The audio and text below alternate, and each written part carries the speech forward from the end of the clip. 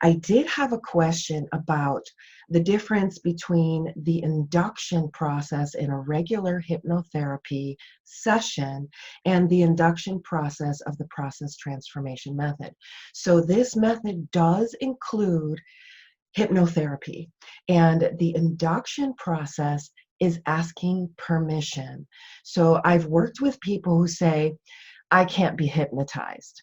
Well, that's the mind thinking it can't be hypnotized and believing it can't be hypnotized. Therefore, if it can't be hypnotized, it can't be hypnotized. So, what we do with somebody who says, I can't be hypnotized, I say, that's okay. You can believe that, and that's okay that you can't be hypnotized, because what we do is we bypass the mind.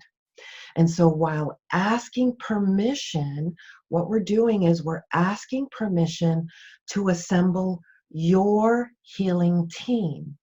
And your healing team consists of your conscious awareness, what you're putting your focus, attention, and awareness on. I'm going to say that again. The first part of the healing team is your focus, attention, and awareness, and what you're putting your focus, attention, and awareness on. Now, the mind tries to get your focus, awareness, and attention to put it on the thoughts and the strategizing and the judging and the criticizing and all the things that the mind does. With the process transformation method, we separate ourselves, the larger unseen part, the focus, attention, and awareness that you are. You are not the mind. The activity of the mind is part of our conscious awareness. The mind puts its focus on something, but the mind is not always your friend, right? So I've had other questions of, how do I keep my focus, attention, and awareness on what it is I want to put it on? Because my mind seems to go in all kinds of other directions with thoughts. This is what we're doing, is we're training our focus, awareness, and attention. Now, I've studied marketing, and marketing will tell us that most people have a 6-second attention span. That's it. So our attention is only 6 seconds before it's looking for something else to put its focus, awareness, and attention on. So what we're doing here is we're training our focus, awareness, and attention to stay on something. And that what we're putting it on is the pain scale.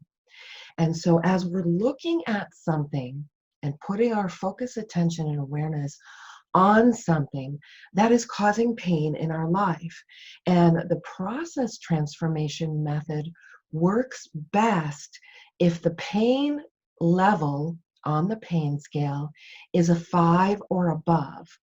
It's just like if you're in the hospital and let's say you had a procedure done and the nurse comes in and says, patient, what is your pain scale right now? And you might say, oh, it's a 3 or a 4. The nurse might ask you, do you want something to relieve the pain? And some might say, yeah, give me something to get the edge off. Or no, I'll deal with it. It's not enough to take pain medicine for. So it's not enough causing pain within your wholeness, that putting your focus, awareness, and attention on is not going to really wake up those parts within the second part of our healing team, which is the unconscious part of us. So if we're focused in on something that is on the pain scale of a 5 or above, same thing in a hospital. If the patient responds, my pain's a 6 or a 7, the nurse is going to suggest pain relief.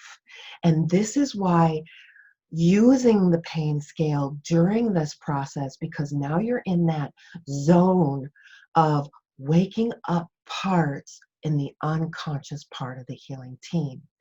The unconscious part of the healing team is an integral part, because as we put our focus, awareness, and attention on that number. All right, I'm at a 7 with anxiety. There's so much crazy shit going on in the world. It's really causing anxiety. I just want to run away. I want to hide. I want to block everything out. I'm really concerned about my future. I feel insecure. My anxiety is at a 7 or an 8. This is enough within the pain to wake up these unconscious parts. Now, here's the thing about what's happening in the unconscious. Within the unconscious, these parts that wake up, have within them scripts. And these scripts are emotional reactions, responses, triggers, ideas and beliefs and programmings that are no longer serving us. So these parts wake up and affect our now. It affects what we're looking at in our material world. So how I'm looking at through my lens right now, without these parts waking up, it's clear. I can see clearly what's happening in my reality, in my now reality. But what happens unconsciously when we're triggered from past trauma, past emotions that haven't been dealt with or processed? These parts will wake up and affect my lens. So now I'm seeing my world through the lens of these parts, and I'm not thinking clearly. So many of us will make decisions from this space. Many of us will make decisions from this space, and we don't understand the consequences. We keep that karmic cycle, I like to say energetic circuit. That karmic cycle of what we're sending out comes back. And even in the Bible, God says the word goes out and comes back fulfilled. It's talking about this energetic loop. And what's happening in the unconscious part of us, we can't see it. We don't consciously know what's going on. These could be parts from our now life experience, from pre-utero, from in the uterus and pre-birth, and from past lives. Because science is now showing us that within the DNA structure, there's dark matter that they're calling ancestral memories. And so these memories are in our unconscious. And when our external world shows us something, these parts wake up.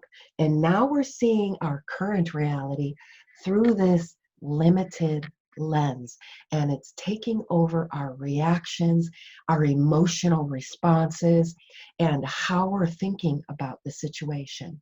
So the beauty of the process transformation method is as you're using your focus, awareness, and attention, which you've learned is your most precious gift, and you're putting it on that number, 7 or 8.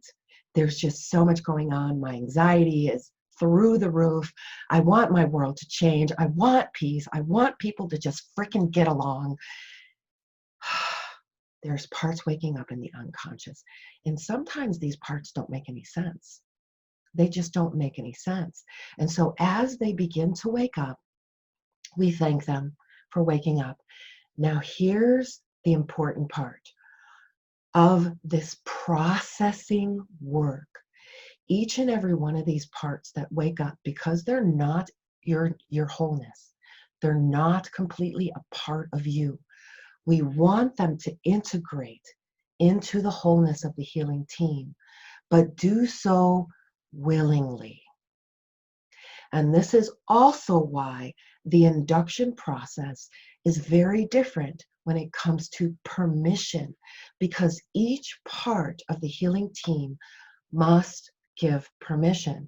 And so we ask these parts that wake up, parts that are waking up, thank you so much. And we're focused in on this 7 that's giving us anxiety. We don't know what's happening inside. Our body is tightening up, and we talk to these parts, and more parts start to wake up. And as these parts wake up, we ask, are you willing to integrate all of your knowledge, wisdom, and understanding with the healing team? And they have to agree to be integrated. Part of this integration process is being reprogrammed and doing a complete rewriting of these programs to release the emotional reactions, to release the karmic cycles, the behaviors, the ideas and beliefs and programmings that are no longer serving. They have to be willing to do this.